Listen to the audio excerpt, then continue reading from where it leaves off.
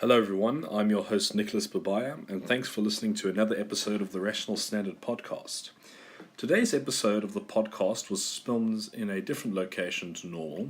I recently visited the small little town of Orania, which is situated on the banks of South Africa's Orange River up in the Northern Cape. Now, I'm sure many people know things about Orania already. Perhaps you have a negative view of Orania as the press has depicted it not exactly in the most flattering way. So I decided that while I was up there, I had to try interview a resident of Orania and actually hear right from somebody who had on-the-ground experience what the town was like, why it's there, what the philosophy of it is, and actually get some truth to the matter. It's an unfortunate fact that Orania is depicted very badly in the media. I've addressed some of the falsehoods which I believed are being spread around in an article which will be published by Rational Standard, as well as, just my own take on the place as a libertarian. I was actually very pleasantly surprised, but I won't talk too much. For now, please enjoy what I think is a very good, a very comprehensive explanation. Well, not too comprehensive, but certainly we did touch all the important parts about how the town works. But it's a great explanation of the town of Orania from somebody who lives in it and who has lived there for most of his life. So without further ado, please enjoy this episode of the Rational Standard podcast with Joost Strydom. Joost, is baie lekker om met jou hier te praat in die baie mooi dorpie van Orania. Personally, I'm very happy to be here. This is a place I've wanted to visit for many, many years, but one does not get many opportunities to drive a few hundred kilometers into the middle from the desert. So thank you very much for having me. I want to start off by asking, I think when a lot of South Africans who don't really understand Orania think about the prospect of coming to live here, it doesn't sound so nice. It's like, why would people go to this tiny little town in the middle of the desert? So can I start off by asking, how long have you lived here, and what was the choice of you or your family to come live here based on? Nick, thanks for the opportunity. Yeah. When we originally moved here, I was too small to have much of a say in the matter. We moved from Natal, from Bergville in KwaZulu-Natal, when I was about 2 or 3 years old. And I think one of the main reasons that my parents usually would give, apart from a lot of political turmoil at the early 90s in Natal, being with the ANC and Inkatha, actually shooting at each other very close to our home and so on. Sure. That sounds very dangerous. Yeah, that was a security risk, firstly. But I think Orania is part of a solution in my eyes, and at that stage also in their point of view, other than a lot of other institutions and political parties and so on, and that's actually more part of a problem. And there's a lot of negativity going on in South Africa, and my parents just figured, they can't raise children when every conversation is about rape or murder or farm murders or whatever. Yeah. And they decided, they want to be part of something more positive. And I think Orania is something that I personally feel I can, defend on a personal level, and even in whichever level I can try to rationalize Orania for myself and explain it to people as a solution, as a long-term solution for a lot of problems, not one or two, but a lot. Absolutely. Now, you said you moved here in the 90s. I believe Orania was only founded in, 92? Yeah. So we were, the town where I think we moved here in 1996. So you guys were some of the first? No, 95. Yeah. We were some of the first. The town was really a pioneer. Yeah. A pioneer lifestyle, So I've heard, we lived on actually when we have a little farm just outside of, still part of Orania, but we moved there before there was even a house, so it was like really, or even a electricity, water or sewage connection. Was life quite difficult in the early days of Orania? Very much so, yeah. In the first place, all basic services is something that we have to provide for ourselves. Yeah. And there was just nothing, Orania was abandoned by the Department of Water. I'm not sure when, but it was empty for about 10 years. So it would be in the 80s then? Yeah. When we came here, when Orania was bought and founded, there was just nothing, and everything was really neglected, and some, homeless people moved into some of the houses or used stuff. So the town was really plundered, and a lot of hours went to repairing buildings. So it was a tough time. Absolutely. Now, on a different note of why people move here, can I ask, I'll go into the specifics just now, but in your experience of living here for most of your life, what do you think the main reasons are for townsfolk to move to Orania? Is it quite similar in your case? Obviously, South Africa's got major problems in terms of crime. It's not a nice place to bring up your children if you constantly have to keep them behind a high fence or worry about them if they walk into the street. So there's that, of course. But in addition to that, how much does the effort to preserve the Afrikaner culture play into that? Do you think that's also a very big aspect for people wanting to move here? Pretty tough question. Yeah. Without proper census data, it's going to be hard to answer. Of course, I'm asking your personal opinion. I can only answer from my perspective. Yeah.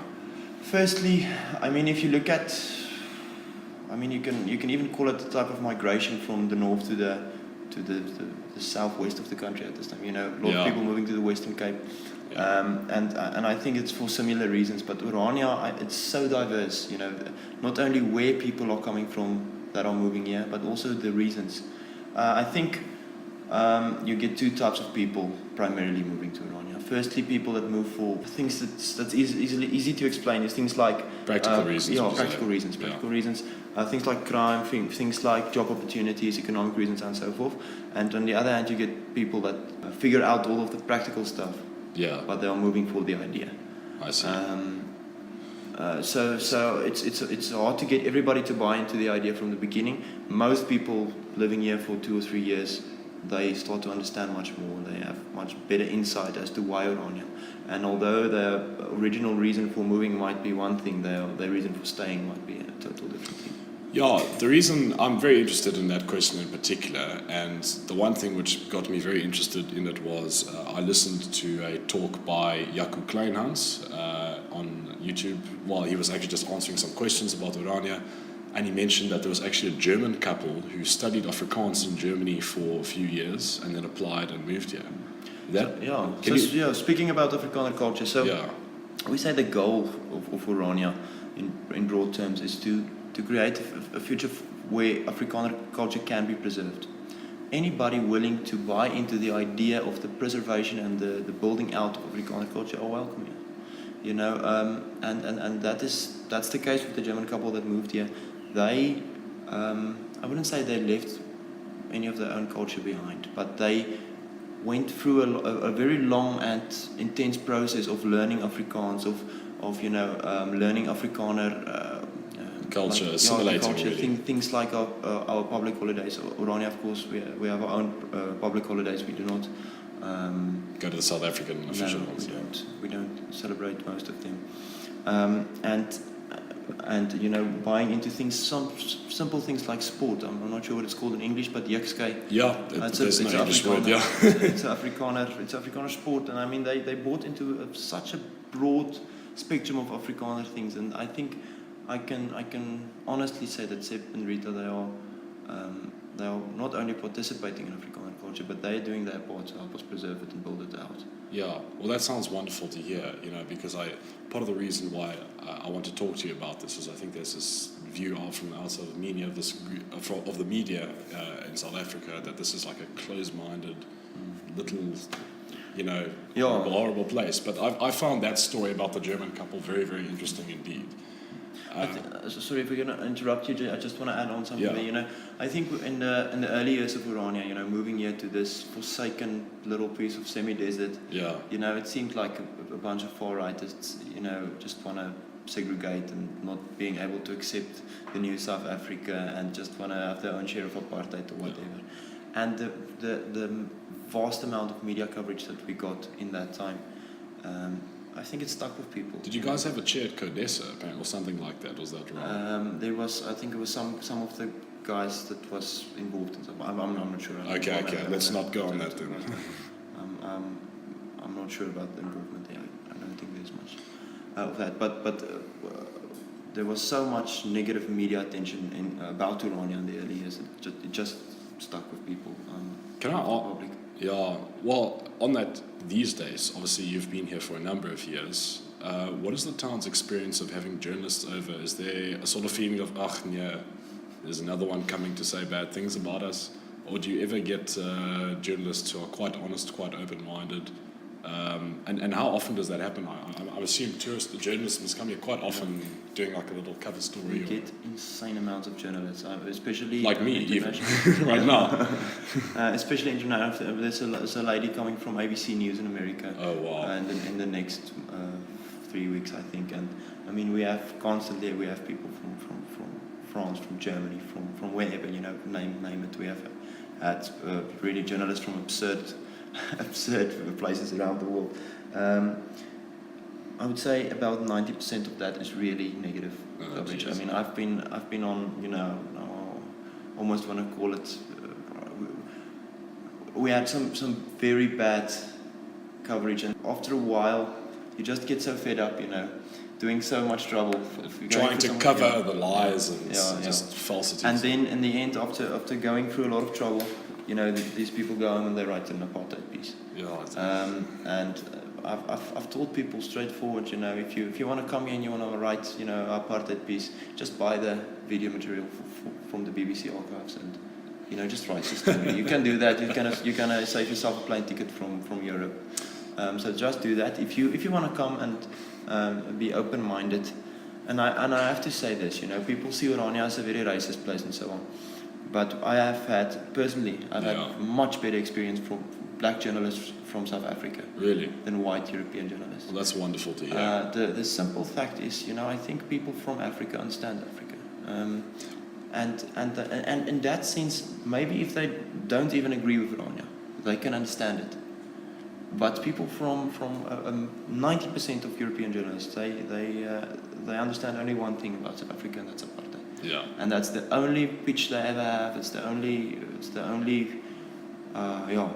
coverage we almost ever get from. That is from European. I think that's very, very telling. That it's the Europeans, the ones from outside South Africa, are the ones that want to paint this little place as the worst. And in South Africa, you'd think the country that experienced apartheid itself, well, it's the South African journalists who are a lot more sympathetic and understanding to that. Interesting thing, and I'm very embarrassed that I can't remember the guy's name at this time, but a simple Google search would help any listeners that are interested. It's a columnist from a publication that I also can't from remember. Britain or America? No, locally. Okay. It's a black man. Yeah. That came here and with a former colleague of mine took him on tour and so on, and at some stage they just quickly stopped for some water or coffee or whatever at my former colleague's house. Yeah.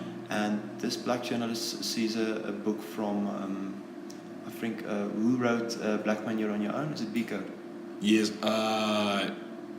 I've heard the title. So, yeah. Could be Steve Biko. Biko, and he sees this book in the bookshelf. Yeah. In Orania, and he's why would this be here? And they start a conversation about that. And James, you know, he explains why he has this book and why it was interesting for him and so on. And this guy goes back and he writes a piece about Orania, and the publication. Yeah. They mentioned this book. They didn't want to publish it. Oh really? So he went and published it on his own, online on a blog. And he called it Black Man, White Man, You're Both on Your Own. Wow. So it's not a puff piece, you know, it's not, you know, blowing hot steam into Orania, but it's a very honest piece of writing. And anybody who want to have you know, a black journalist's perspective on Orania should maybe go and Google that and read that piece. Black Man, White Man, You're on Your Own. That sounds very interesting. If I can find the link to that, I'm going to put it in the description of this video when it gets uploaded. That sounds very interesting. Yeah. So besides the journalist, I also wanted to ask, you know, these days, how much trouble does Orania face from the South African government authorities, be it local government or national, provincial, or are you guys fairly all right on that regard? What's the situation there? Very, very, it's a very diverse, actually, situation, because on one side we have very good relations on all three levels of government with the ruling bodies, but on the other side, you know, with election year coming up and so on, it's actually very funny. On the one side, you would sit around a table and you know, practically take on challenges and sort it out and you know, have a really good relationship. And then the next day in the media, you would see this guy said this and this about Orania. You know, it's good old anything to get elections. votes. This is the problem. So we see this a lot of times, but I think we do really have really, actually, we definitely have good relationships with the government and on multiple levels. And it's interesting, some days, just like LP or something just pitches up here. We used to joke a while back, and we said both a former, current, and future president of South Africa has been here, and at that time, right. Zuma has been still been president. So he visited Orania, Mandela visited Orania. And Ramaphosa is also. No, actually, Malema was Malema. I said we were joking. Is he the future? Yeah. So that stage he was still affiliated with the ANC Youth League. Oh, I see. So we joked a lot about that, the former president, not the future president visiting Orania. And I mean, I think Mandela came in the early years of Orania to visit Verwoerd's late widow, and Zuma came also for to have some meetings, and I'm not sure what his motivation was, but I think it's it attracts attention, obviously, among these big name politicians. It might be a small dorpie, but the fact of its uniqueness and what you guys are doing here, you would not attract these big name politicians for nothing. And I think Malema had a bit of a different tactic than the other two. He pitched up mostly unannounced, and we invited him in, and there was some coffee and cookies available for everybody to share, and I think his perception of Orania drastically changed. Because I think he wanted maybe who knows, maybe he wanted a bit of a political incident. But in the end, I think he had a good time. And after that, he didn't have much to say about Orania anymore. I think he came and he realized it's not a radical far-right place that, stand in direct violation or challenging the state or whatever. And he made peace with it, I think. I think that's very telling in and of itself. It's very easy to judge these places when you're standing from the outside and you hear about, there's an Afrikaans-only town in South Africa. It's like, well, you can make 100 assumptions immediately from that. But it's really only when you go here that you see it for yourself. That is why I've wanted to come and visit Orania for a very long time now, and I've been very pleasantly surprised. I think it actually looks like a really nice place to live. Like, I feel like, obviously, if I were to live here, I would need to fit certain criteria. But physically, you guys seem to have a wonderful thing going, and I think maybe that's what happens. Is it's easier to talk about stuff, but it's more difficult to actually come and see it for yourself. Yeah. So the biggest experts on Orania is usually the people who haven't. The biggest experts are the ones who have not come.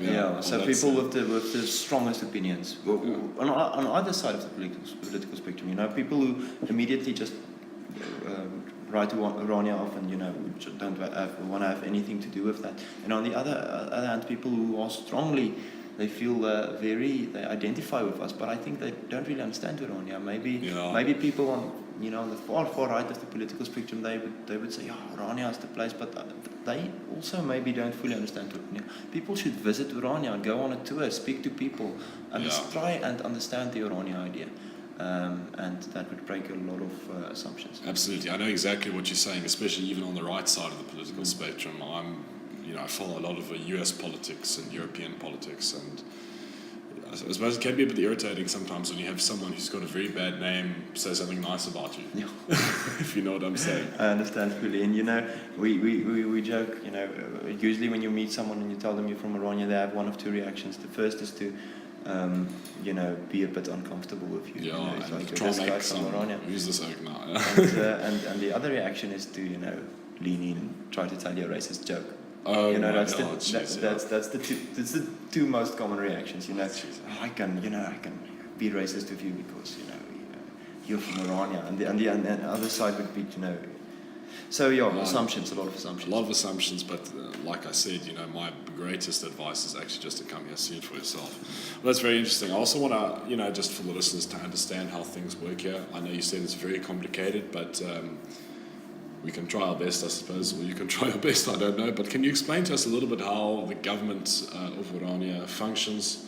Maybe you can just explain about the council and how affairs are carried out in a town instead of how they are carried out in a town that I live in, where the municipality does it.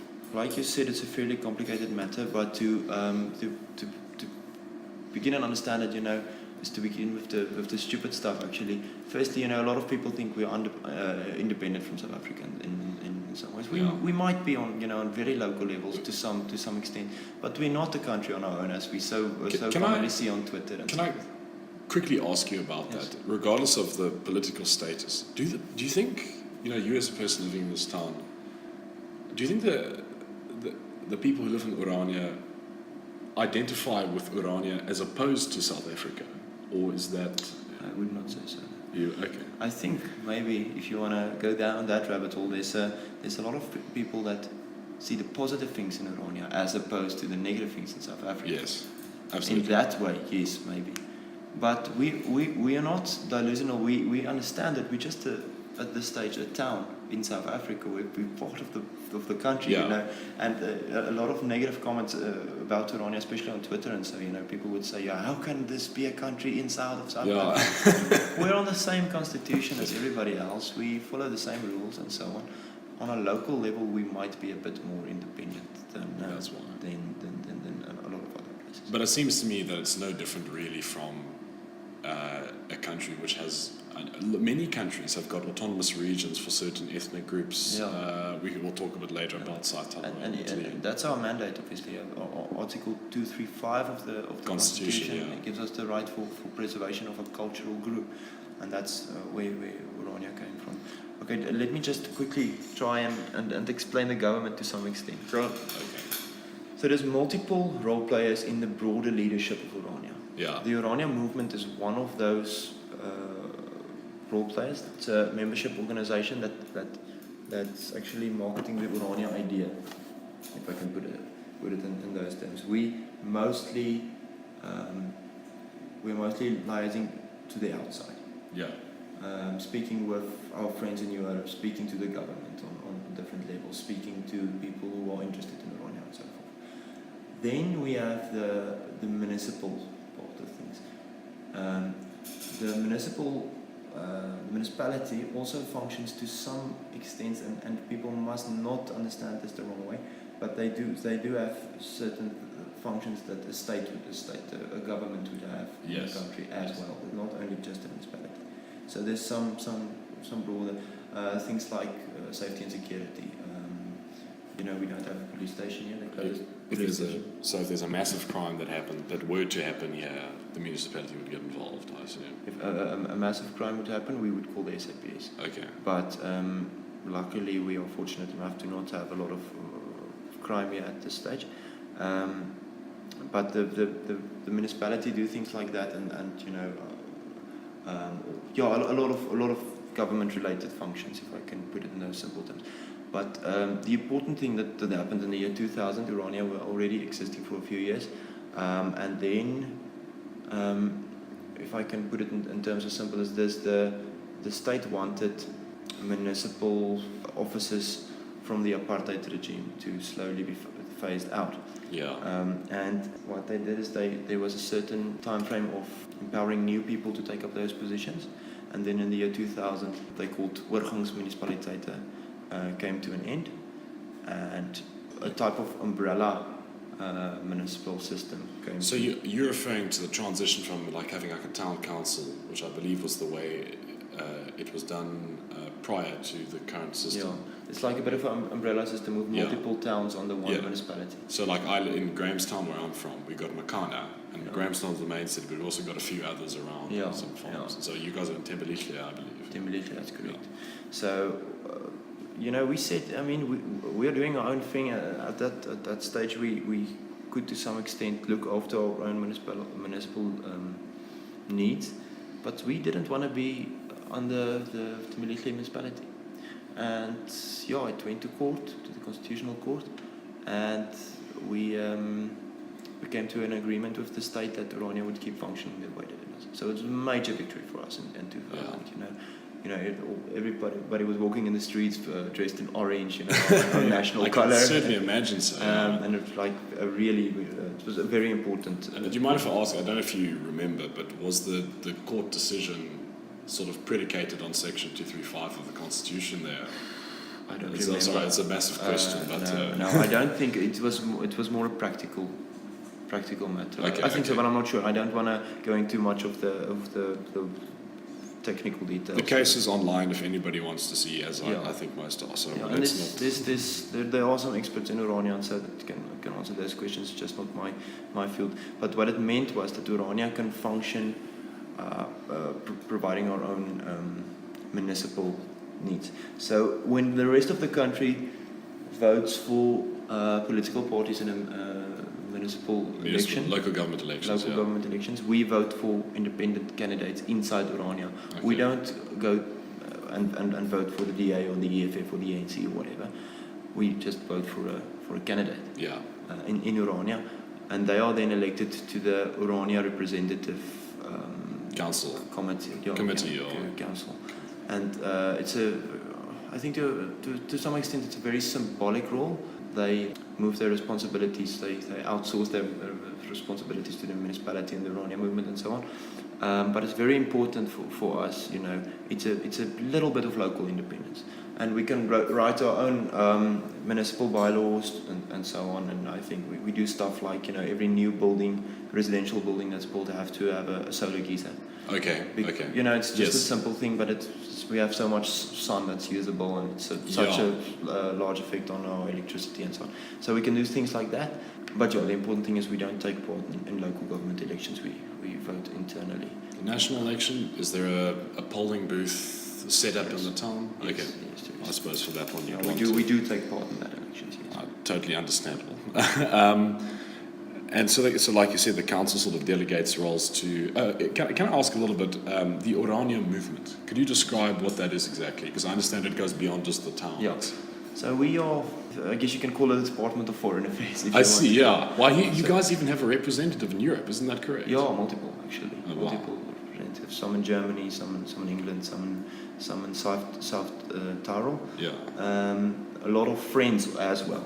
People that are not, you know, necessarily representatives, but people from South Tyrol would visit us yearly, and the next year we would visit them, and Okay. we have a good agreement. You know, they come and shoot some springbok, and we drink of some of their local Go wines. skiing probably, So yeah. we have a lot of fun.